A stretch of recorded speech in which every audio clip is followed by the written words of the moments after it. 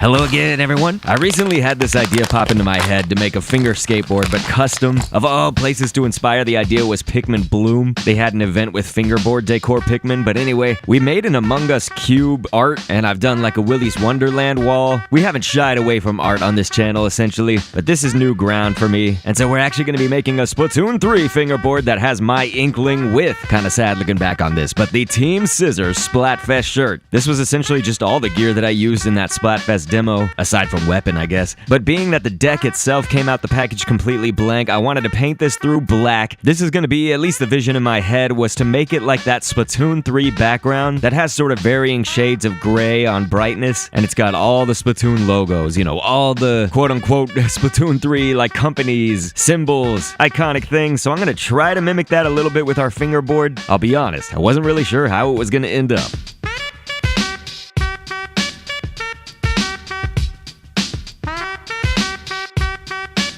So after we got it all painted up black, I actually had some metallic acrylic paint laying around. I actually bought this paint back in, geez, was this 2020? It was when we did the Sonic the Hedgehog Green Hill Zone, and I did the Mario Kart Live Home Circuit course for that. But yeah, I'm gonna use that. Maybe sometimes I'll mix it with the black paint a little bit. That'll get us the differing shades of gray, so some are gonna be darker, some are gonna be lighter, especially some of the outlines will be lighter. Let's see what kind of Splatoonage we can make.